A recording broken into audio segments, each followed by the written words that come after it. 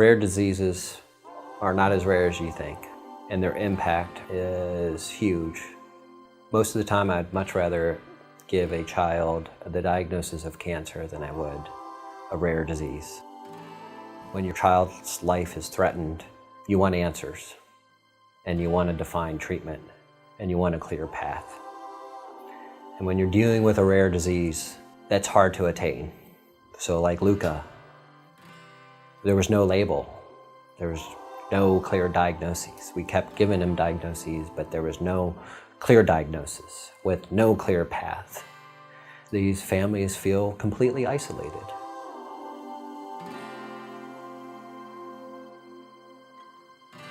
There's all of these different support groups, financially, socially, psychologically, they're all developed for cancer support, but that doesn't really exist for a rare disease.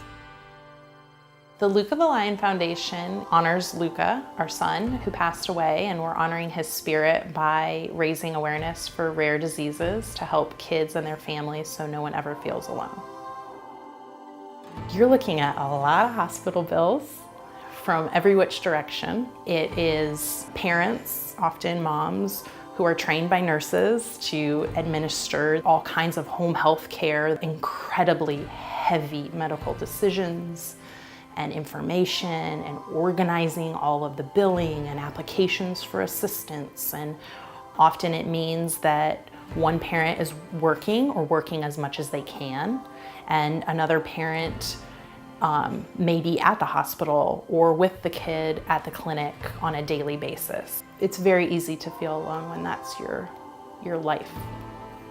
The Luka the Lion Foundation can support those kinds of emotional needs through filling gaps that aren't otherwise met. You know, we live in a reality where there isn't that much emotional psychosocial support because it's not easily billed to an insurance company. So hospitals around the country, especially at UNC, a state-run facility, is looking primarily for donation dollars to support things that they can't be funded otherwise.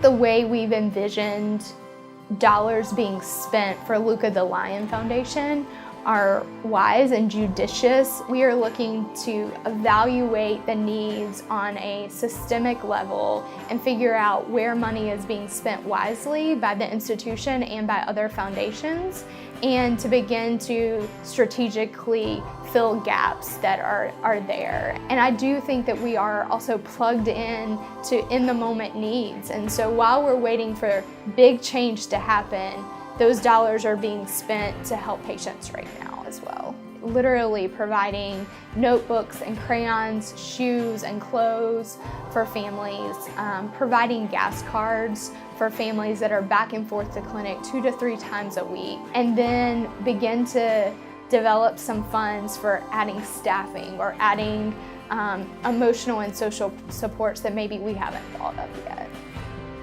We have an incredible, dedicated group of volunteer board members who have an amazing skill set, but are also very keenly aware of Luka and his journey, and really have come to channel that into this like deep passion for kids and their families who are like Luka and us. So they too are carrying on his spirit.